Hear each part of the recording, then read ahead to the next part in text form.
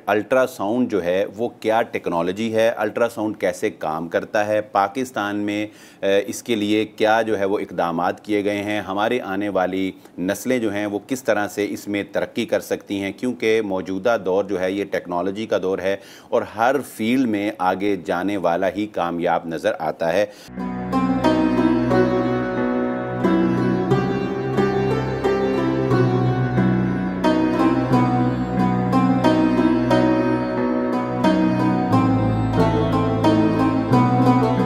बिस्मिल्लाहिर्रहमानिर्रहीम। प्रोग्राम सितारा हरम के साथ मैं हूं आपका मेज़बान बिलाल अहमद। नाज़रीन इकराम, एक मरतबा फिर एक बहुत ही इंफॉर्मेटिव, बहुत ही अहम टॉपिक के साथ हम आपके सामने हाजिर खिदमत हैं। आज हमने अपने स्टूडियो में दावत दी है मोहतरम जनाब डॉक्टर अरशद मुनीर साहब को। आप MBBS डॉक्टर भी हैं और अरसा 31 साल से फैसलाबाद के अंदर अपना एक क्लिनिक बेहतरीन अंदाज में चला रहे हैं और आज हमने इनको इसीलिए दावत दी है कि इनके तजुर्बे से हम ये जानें कि अल्ट्रासाउंड जो है वो क्या टेक्नोलॉजी है, अल्ट्रासाउंड कैसे काम करता है, पाकिस्तान में इसके लिए क्या जो है वो इक़दामात किए गए हैं, हमारे आने वाली नस्लें जो हैं वो किस तरह से इसमें तरक्की कर सकती हैं, क्योंकि मौजूदा दौर जो है ये टेक्नोलॉजी का दौर है और हर फील्ड में आगे जाने वाला ही कामयाब नज़र आता है। बहुत शुक्रिया डॉक्टर साहब, प्रोग्राम में आपको खुशामदीद कहते हैं। जी, बहुत शुक्रिया आपका, आपने मुझे दावत दी और थैंक यू।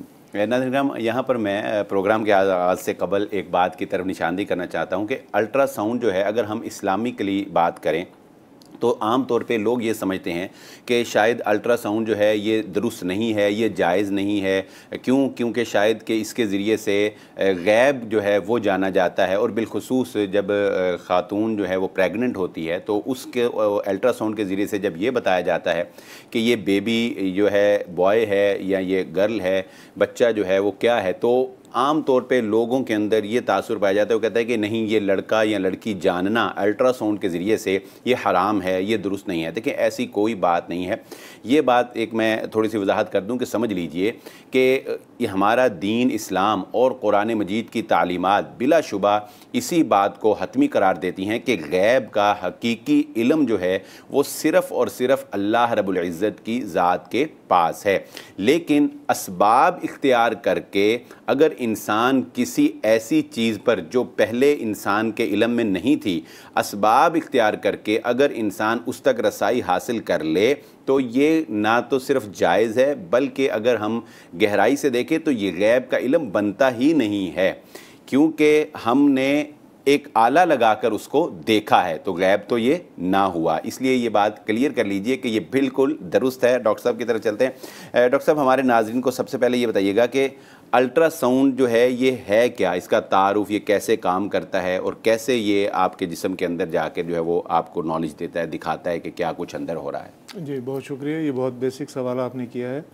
इसमें जैसे कि इसके नाम से ही ज़ाहिर है, ये अल्ट्रासाउंड जो है इसमें साउंड का लफ्ज़ आता है। जी, साउंड का मतलब होता है आवाज़।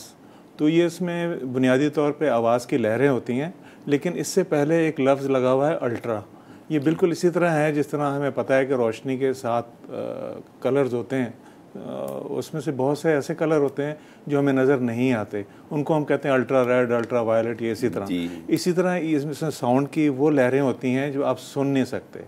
अल्लाह ताला ने इंसान पे बड़ी मेहरबानी की है कि हमारे कानों को अल्लाह ताला ने जो तौफीक दी है कि वो हम सिर्फ इर्ताश या फ्रीक्वेंसी कहते हैं, 20 से लेके 20,000 तक की इर्ताश की जो चीज़ें हैं, फ्रीक्वेंसी की चीज़ें हैं, वो हम सुन सकते हैं। इससे ऊपर की भी नहीं सुन सकते और इससे नीचे की भी नहीं सुन सकते। तो इसमें ऐसा है कि ये इर्ताश जो इससे अगर ऊपर का भी हम सुनते हैं, इससे नीचे का भी सुनते हो, तो हमारा, आप सोचें हमारी ज़िंदगी में कितना शोर मच जाता है। तो ये अल्लाह ताला की ख़ास मेहरबानी है। लेकिन चूँकि ये साउंड मौजूद है तो अल्लाह ताला ने ही इंसान को ये अक्ल दी कि इसका इस्तेमाल लाया जाए। दुनिया में बहुत सारे परिंदे हैं, ये चमगादड़ है, डॉल्फिन है, वो अल्लाह ताला ने उसको टेक्नोलॉजी दी हुई है, उससे अपना शिकार तलाश करते हैं। इसी तरह अल्लाह ताला ने इंसान को भी तौफीक दी कि वो इससे काम ले।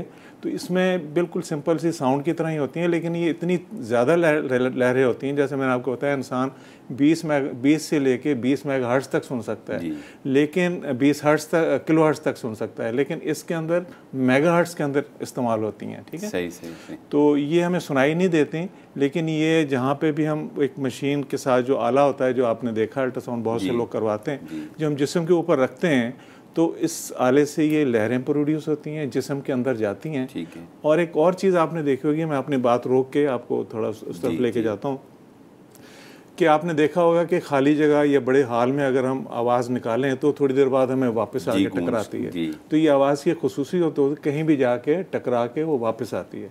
तो यही आले के साथ जब हम जिस्म के ऊपर ये लहरें लगाते हैं तो ये जिस्म के अंदर दाखिल होती हैं और मुख्तलिफ जो अल्लाह ताला ने अंदर टिशू और चीज़ें दी हुई हैं उनसे टकरा के वापस आती हैं। सही। तो अब ये मशीन का जो कंप्यूटर होता है वो उसको असेस करता है कि जो साउंड गई थी उसी आले ने भेजनी भी है आवाज़ और उसको वापस रिसीव भी करना है, और साथ उसको फिर कंप्यूटर उसको कैलकुलेट करता है कि आवाज़ कितनी देर से आई है, उससे फिर उसका डिस्टेंस, चीज़ों की बनावट, उनकी इंटेंसिटी कि कहाँ से टकरा के कितनी आई है।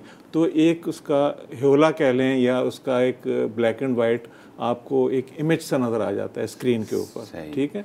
तो जिसने भी उसको बेसिक, जिसको पता है एक डॉक्टर को इंसान के अंदर क्या क्या चीज़ें हैं, नॉर्मल कौन सी हैं, और अगर कोई ख़राबी होगी तो उसमें क्या चेंजेस आएंगी, तो उस ह्योले की मदद से, उसकी वजह से वो उसको बीमारी को जज करके देख ले जाता है। उस पर रिसर्च हो रही होती है, रिसर्च के बाद डाटा मौजूद होता है, उसके साथ कंपेयर करके वो अपनी नॉलेज से वो किसी नतीजे के करीब पहुंचता है। सुभान अल्लाह, बहुत ही प्यारी बात, और अल्लाह रब्बुल इज़्ज़त की कुदरत का एक शाहकार नाज़रीन किराम डॉक्टर साहब ने बताया कि साउंड के ज़रिए से ही इंसान के अंदर जो है वो देखा जाता है और उसकी बीमारी को जो है वो जांचा जाता है। नेक्स्ट क्वेश्चन डॉक्टर साहब आपसे करेंगे कि आपने ज़िंदगी में हज़ारहा अल्ट्रासाउंड जो है वो किए ज़ाहिर है लोगों के, तो कुदरत का कोई ऐसा करिश्मा कोई आपके सामने कभी अल्ट्रासाउंड करते हुए आया हो जिसे देख के आप बेख्तियार कहा हो कि सुभान अल्लाह, अल्लाह ने क्या इंसान को तख्लीक किया है, इसका कोई हमारे नाज़रीन को बताइएगा।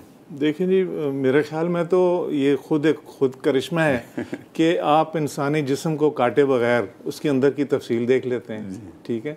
और इसके अंदर बहुत एक जो आप कह सकते हैं, क्योंकि इंसानी ज़िंदगी बाकी तो अज़ा होते हैं, कोई जिगर है, गुर्दा, ख़ास तौर पे हामला ख़वातीन में जब बच्चे का हम अल्ट्रासाउंड करते हैं तो ये रिसर्च के अंदर है कि जो बच्चा पैदा होता है उस वक्त जो भी हरकत कर रहा होता है वो 15 हफ्ते का जो हमल होता है, तकरीबन 4 महीने बनते हैं, वो बच्चा भी वो सारी हरकत कर रहा होता है। तो हम बहुत दफ़ा देखते हैं बच्चे को रोते हुए, हंसते हुए, खारिश करते हुए, मुख्तलिफ पोज बना के बैठे हुए, सोते हुए, जागते हुए। जी जी, तो ये अल्लाह की मेहरबानी है, मतलब ये अल्लाह की कुदरत ही है जो हम इस मशीन के ज़रिए, इस टेक्नोलॉजी के ज़रिए अंदर से देख रहे हैं। सुभान अल्लाह। नाज़रीन, ये मेरे लिए भी एक नई बात थी। डॉक्टर साहब ने बात बताई कि जिस तरह बच्चा जब दुनिया में आता है तो जिस तरह वो रोता है, वो हंसता है, वो खारिज करता है, जिस तरह के वो काम करता है, डॉक्टर साहब बता रहे हैं कि जब वो अल्ट्रासाउंड से माँ के पेट में बच्चे को देखते हैं तो वो सारी हरकत जो हैं वो बच्चा कर रहा होता है। ये कैसी अल्लाह रब्बुल इज़्ज़त की कुदरत है कि उस अंधेरों के अंदर, उन पर्दों के अंदर अल्लाह रब्बुल इज़्ज़त उसको ग़ज़ा भी फराहम कर रहा है और वहाँ पर ही एक पूरी जान जो है वो परवरिश पा रही है। अल्लाह रब्बुल इज़्ज़त की कुदरत को देख कर अगर इंसान अल्लाह तक पहुँचना चाहे नाज़रीन किराम तो ये मुश्किल की बात नहीं है। ज़र्रा ज़र्रा बोल कर कह रहा है कि मेरा कोई खालिक है और वही अल्लाह है। यहाँ पर वक्त हुआ चाहता है एक ब्रेक का, हाजिर होते हैं ब्रेक के बाद।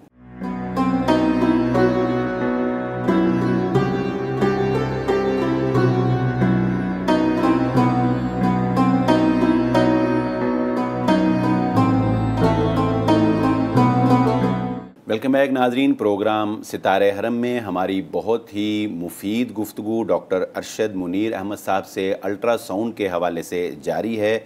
मैं यहाँ पर आपको ये ज़रूर कहना चाहूँगा कि इस प्रोग्राम को पूरे को गौर से सुने। ये प्रोग्राम न सिर्फ हमें दुनियावी मालूमात फ़राहम कर रहा है बल्कि इसके साथ साथ अल्लाह की कुदरत पर हमारा ईमान, अल्लाह के रब्बुल इज़्ज़त की ज़ात पर हमारा यकीन जो है वो भी इसके साथ साथ बढ़ रहा है, उसमें इजाफ़ा हो रहा है। डॉक्टर साहब, एक बड़ा अहम सवाल जो कि ज़रा दीनी नौइयत का सवाल है कि अल्ट्रासाउंड के ज़रिए से माँ के पेट में देख लिया जाता है कि ये लड़का है या ये लड़की है। एक तो ये बताइएगा कि ये कितने अरसे बाद ये पता चल जाता है, और दूसरा ये कितने फ़ीसद दुरुस्त होता है, और तीसरा ये भी ज़रा हमारे नाज़रीन को बता दीजिएगा कि ये क्या दुरुस्त है, मतलब बाज़ ये तासुर अवाम में पाया जाता है कि शायद ये दुरुस्त नहीं है। ये तीन बातों पर ज़रा रोशनी डालिएगा। जी, शुक्रिया। ये वाकई एक बहुत अहमियत का सवाल है। इतनी अहमियत का सवाल है कि बाज़ दफ़ा ख़वातीन में बच्चों में कोई प्रॉब्लम्स होती हैं, लेकिन ख़वातीन वो प्रॉब्लम्स के बारे में नहीं जानना चाहती हैं, वो सिर्फ बेटा बेटी के बारे में जानना चाहती हैं। ठीक है, तो ये बहरहाल एक हमारे माशरे में है। इसके बारे में एक दो नुक्ता नज़र हैं। पहली बात तो ये है कि ये बच्चे की जेंडर का पता लगना कि बेटा ये बेटी है, ये आम तौर पे 12 हफ्ते के बाद इसका कुछ अंदाज़ा होता है। अगर इस टाइम अंदाज़ा लगाया जाए 12, 16, 18 हफ्ते के दरमियान, तो ये गलत भी हो सकता है और सही भी हो सकता है, क्योंकि जो चीज़ की बनावट है वो इतनी बहुत ज़्यादा वाज़े नहीं होती। कई दफ़ा वाज़े होती है और कई दफ़ा वाज़े नहीं होती। ये जिस तरह हर इंसान अल्लाह ताला ने अलग अलग बनाया है, पोरें तक अलग अलग बनाई हैं, तो इसलिए ज़रूरी नहीं है कि हर एक कोई ये केमिस्ट्री की चीज़ है कि हर एक में नज़र आएगी। ये किसी में नज़र आएगी, किसी में नहीं नज़र आएगी, किसी में देर से नज़र आएगी। आम तौर पे 18 हफ्ते के बाद अगर इसको देखा जाए तो ये अगर नज़र आ जाए तो मुस्तनद ही होता है 100%। इल्ला ये कि अगर कोई सोचे कि नहीं, मरीज़ ने पूछा है और मैंने लाजमी बताना है और ना बताऊं तो फिर पता नहीं क्या हो जाएगा, मुझे क्या समझेगा, तो इसकी घबराने की ज़रूरत नहीं है। तो अल्लाह ताला ने आपके सामने एक टेक्नोलॉजी दी है, सामने अगर आपको नज़र आ रहा है। मुझसे लोग अगर आके पहले सवाल पूछते हैं तो मैं उनको पहले कह देता हूँ कि देखें जी, नज़र आया बिस्मिल्लाह ज़रूर बताऊँगा, नहीं नज़र आया तो माजरत, मुझे नज़र आएगा ज़रूर बताऊँगा। अगर आपको नज़र आ रहा है तो 100% ठीक ही होता है। ठीक है। अच्छा डॉक्टर, ये दुरुस्त है, मतलब ऐसा इस्लामिक लिहाज से इसमें कोई प्रॉब्लम आप क्या समझते हैं? इसमें इसका ना, क्योंकि मेरा ये शोबा था तो मैंने ज़ाहिर है कि एक शोबा इसमें अपने दीन का नुक्ता नज़र भी देखना, तो इसमें के अंदर मैंने काफ़ी मतलब थोड़ी सी जितनी मैं कर सकता था मैंने तहकीक की। उसमें मसला जो ये पैदा हुआ है लड़का लड़की का, वो इससे हुआ है कि आज से कोई 60-70 साल पहले की जो तफासिर लिखी हुई हैं, तो वो अवामुन्नास को समझाने के लिए, ये कुरान शरीफ के अल्फाज लड़का लड़की के कहीं नहीं है। जी बिल्कुल। सिर्फ वहाँ पे ये लफ्ज़ इस्तेमाल हुए हैं कि और कोई नहीं जानता कि माँ के पेट में क्या है। तो हमारे जो तफासिर करने वाले 60-70 साल पहले थे, क्योंकि उस टाइम ये चीज़ पता नहीं लगती थी, तो उन्होंने अपनी तफासिर में आगे लिख दिया कि जैसा कि कोई भी नहीं जानता कि बेटा होगा कि बेटी। अब वो जो पुराने तफासिर चल रही थी तो उसकी रोशनी में लोगों के जहन में ये बात बैठ गई। और माशाल्लाह आप ख़ुद भी इस चीज़ को जानते हैं, जहाँ ये सूरह लुक़मान की आखिरी आयत है, उसमें 5 चीज़ें जो गैब के बारे में बताई हैं, उसमें 2 चीज़ें तो ऐसी हैं जो अल्लाह ताला ने कहा कि वो कोई भी नहीं जानता कि कल वो क्या करेगा और कहाँ उसको मौत आएगी। ये आप जितनी मर्जी रिसर्च कर लें, तहकीक कर लें, ये किसी को भी नहीं पता। बाकी 3 चीज़ों के बारे में ये अल्लाह ताला ने नहीं कहा कि और कोई नहीं जानता, ये अल्लाह जानता है, लेकिन कोई और भी जान सकता है। दूसरी बात ये है कि जो अल्लाह जानता है वो हम तो नहीं जान सकते। वो जितना हमें मालूम कराएगा हम उतना जान सकते हैं, इससे ज़्यादा नहीं जान सकते। मसलन इसकी एक तफसीर ये भी बयान की जाती है कि ठीक ना, आपने बेटा बेटी तो देख लिया, आपको ये नहीं पता कि इसकी ज़िंदगी कितनी होगी, इसने आगे इसका करैक्टर कैसा होगा, इसकी उम्र कितनी होगी, बहुत कुछ है, बहुत कुछ है। अच्छा डॉक्टर साहब, दूसरा बात ये बताइएगा कि मरीज़ों को तो डॉक्टर से शिकवे रहते हैं, डॉक्टर्स हजरात से, लेकिन ज़ाहिर है डॉक्टर्स हजरात को भी मरीज़ों से कोई शिकवे हैं, उनका बिहेवियर, उनका अखलाक, उनकी, तो आप क्या समझते हैं कि एक मरीज़ जब अल्ट्रासाउंड करवाने के लिए जाता है तो उसे किन बुनियादी चीज़ों का ख्याल रखना चाहिए? इसमें थोड़ी सी एक बड़ा मुश्किल भी सवाल है और आसान भी है। इसमें थोड़ा सा मैं इसको इस तरह से बयान कर सकता हूँ कि हमें तो कोई इसमें शिकवा नहीं है जी। असल में होता ये है कि एक ये जो मेडिकल की साइंस है, इसको आपको होता है कि ये इंतहाई पेचीदा इल्म है जी। तो जब एक आम आदमी का मतलब ये नहीं कि वो पढ़ा लिखा नहीं है, ये कोई भी, बेशक वो चाहे जितना भी पढ़ा हो, ये फील्ड ही अलग है, फील्ड अलग है। तो जब उसकी इंटरप्रिटेशन अपनी मालूमात के हिसाब से करेगा तो उसमें गलती आ जाएगी, और फिर उस गलती से फिर वो डॉक्टर के बारे में गुमान करता है और बाकी चीज़ों में शिकार होता है। तो मेरी इसके अंदर सिर्फ एक राय ये है कि जो भी मेडिकल टेस्ट हैं, जो भी बशमूल अल्ट्रासाउंड के, वो आप अपने डॉक्टर पे एतमाद करें, अल्लाह पे भरोसा करें, डॉक्टर पे एतमाद करें, जो वो आपको टेस्ट कहता है ना वो करवाएं और उसे लिखवा के करवाएं, ताकि वो मुताल्लिका टेस्ट उस तरीके से हो जाए। अपनी मर्ज़ी से टेस्ट नहीं करवाएं, क्योंकि बाद लोग कुछ कहते हैं हमने सब कुछ पता करना है, तो ऐसी तो कोई दुनिया में कोई चीज़ नहीं होती कि सब कुछ ही पता लग जाए एक ही गो में, ठीक है। और दूसरा कुछ गलतफहमी ये है कि अल्ट्रासाउंड के बारे में कि वो शायद अल्ट्रासाउंड हर चीज़ के बारे में कोई चीज़ बता देती है। इसमें मैं थोड़ी सी और वजाहत कर दूँ।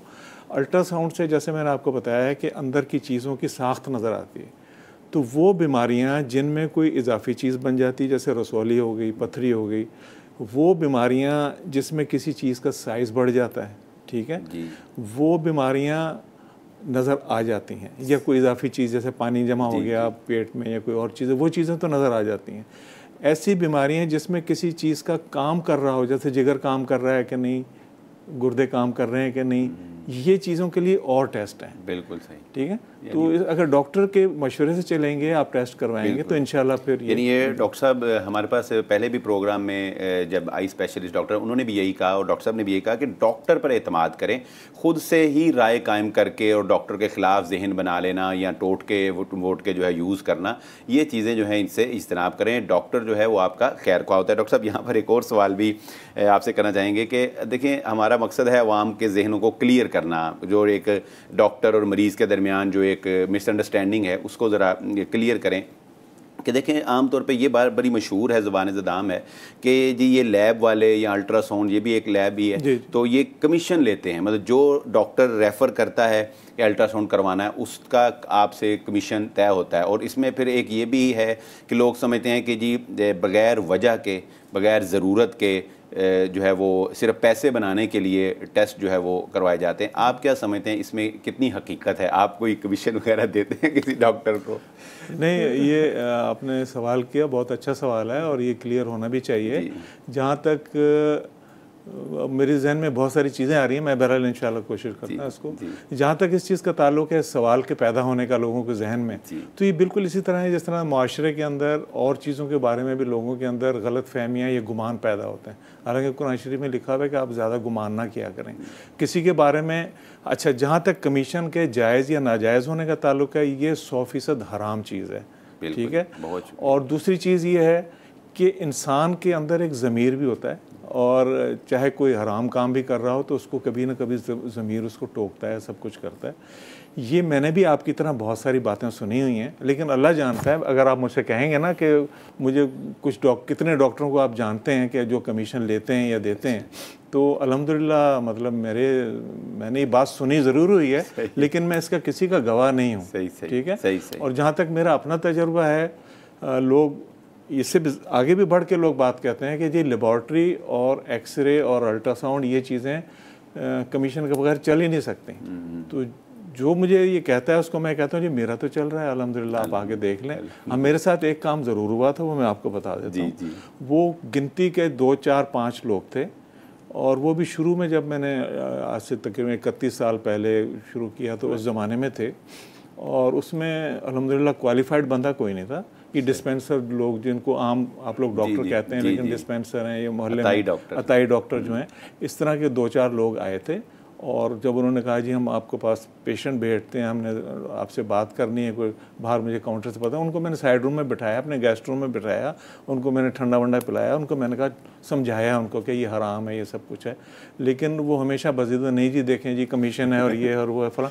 तो उनको मैंने कहा कि ठीक है, इसका एक हल कर लेते हैं, अगर ये जायज़ है तो ऐसा क्यों ना करें, इसका हिसाब किताब नहीं रखते, मैं आपके मरीज़ के हाथ ही इसको वापस भेज दिया करूँ, ताकि आपको भी मैंने समझाने के लिए उनको कहा। अल्हम्दुलिल्लाह 4-5 दफ़ा ये तजर्बा हुआ, उसके बाद से मुझे ना किसी ने डिमांड की और ना मुझे कोई ज़रूरत है किसी को। नाज़रीन, डॉक्टर साहब की बात से जो मैं समझा हूँ कि काली भेड़ें हर फील्ड में मौजूद होती हैं, लेकिन अल्हम्दुलिल्लाह डॉक्टर साहब खुद जो है वो एक रिज़्क़ हलाल कमा रहे हैं, तो इन्होंने उन लोगों को रिजेक्ट कर दिया। लेकिन ज़ाहिर है कि वो लोग किसी और के पास गए होंगे, इस तरह के लोग दुनिया में मौजूद हैं। बहरहाल इसमें कुछ ना कुछ ज़रूर हेर फेर होता है, लेकिन आप कोशिश करें कि ईमानदार और मुखलिस डॉक्टर से जो है वो अल्ट्रासाउंड करवाया जाए और अपना चेकअप जो है वो करवाया जाए। नाज़रीन, यहाँ पर वक्त हुआ चाहता है एक ब्रेक का, हाजिर होते हैं ब्रेक के बाद।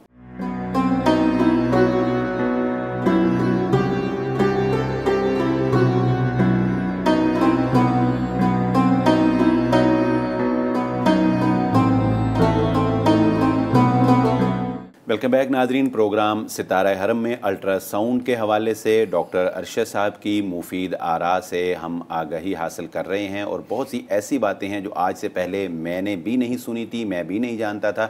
यकीनन आपके लिए भी ये बातें नई होंगी। अल्ट्रासाउंड के हवाले से आप कोई भी बात जानना चाहें, कोई भी आपका क्वेश्चन हो, वो आप कमेंट्स में हमसे पूछ सकते हैं। हम इंशाल्लाह डॉक्टर साहब से रब्ता करके उसका जवाब आप तक पहुँचाने की पूरी कोशिश करेंगे। डॉक्टर साहब, आखिर में 2 अहम सवाल जो है वो मैं आपसे करना चाहूँगा। देखें, वतन अज़ीज़ पाकिस्तान से जो हमारा ये एक मोहब्बत का रिश्ता है, एक ताल्लुक़ है, और हर पाकिस्तानी की ये कोशिश है कि ये वतन जो है ये तरक्की करे, इसका एक नाम रोशन हो, हर फील्ड में ये आगे जाए। तो आप क्या समझते हैं कि पाकिस्तान में ये जो टेक्नोलॉजी अल्ट्रासाउंड है, ये दुनिया के दीगर ममालिक के मुकाबले में किस पोजीशन पर खड़ी है? हम इसमें कितनी तरक्की पर जा रहे हैं? कहाँ पे हमारा लेवल आ रहा है?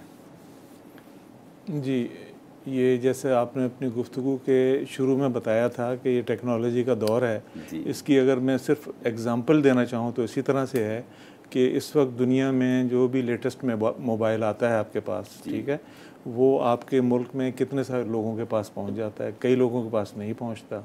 तो ये भी चूँकि टेक्नोलॉजी है, इसको सफ़र करने में टाइम नहीं लगता। तो जैसे ही दुनिया में चीज़ें आती हैं, वो नई चीज़ें पाकिस्तान में भी आ जाती हैं।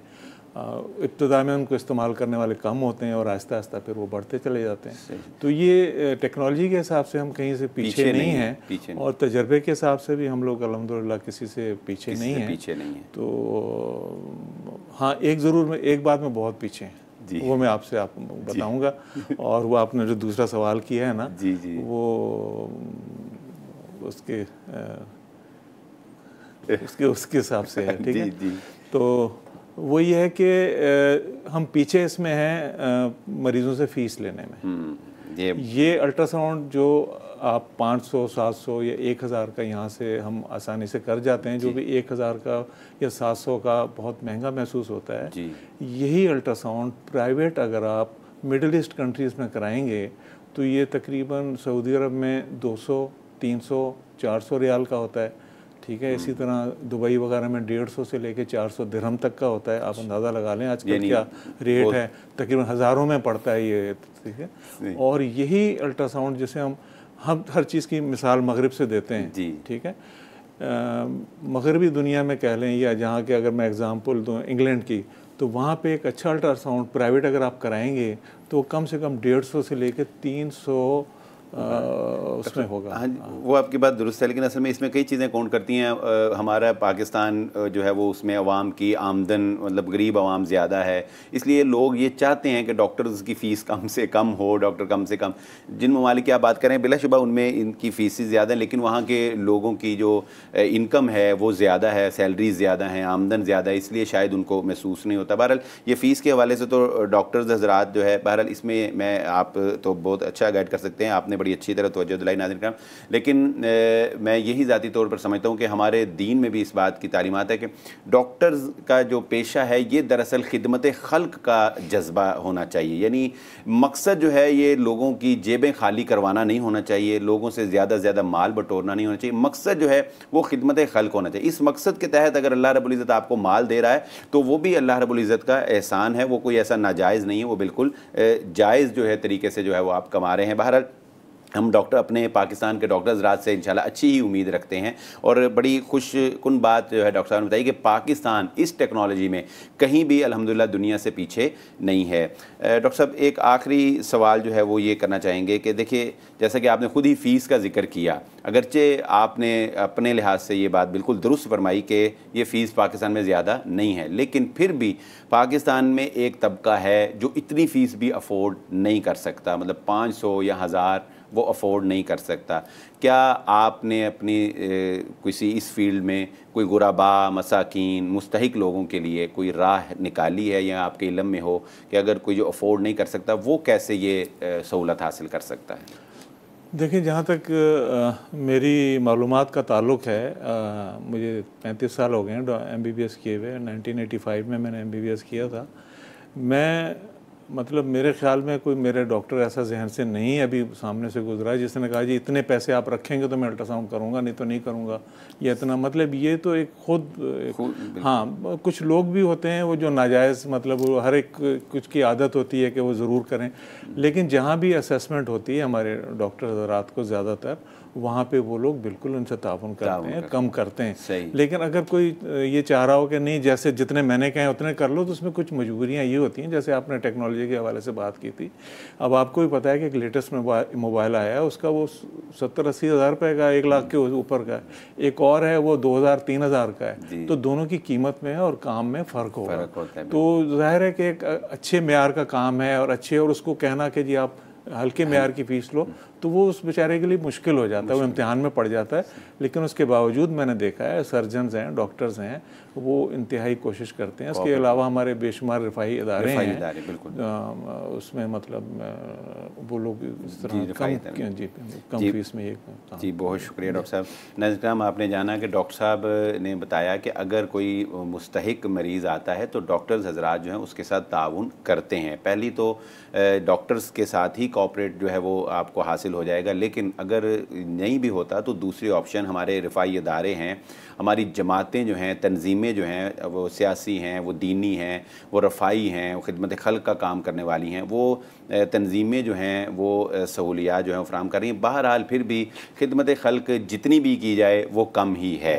तो इसलिए हम तो बहरहाल डॉक्टर हज़रात से ये कहते रहेंगे कि आप ज़्यादा से ज़्यादा खिदमत खल्क़ जो है वो करें, ज़्यादा से ज़्यादा लोगों को फ़ायदा पहुँचाने की कोशिश करें। नाज़रीन, यहाँ पर प्रोग्राम का वक्त ख़त्म हुआ चाहता है। हम एक दफ़ा फिर शुक्रगुज़ार हैं डॉक्टर अरशद मुनीर अहमद साहब के, उन्होंने हमें वक्त दिया और अपनी तजर्बात और अपने इल्म की रोशनी में हमें बहुत ही मुफीद बातों से आगाह किया।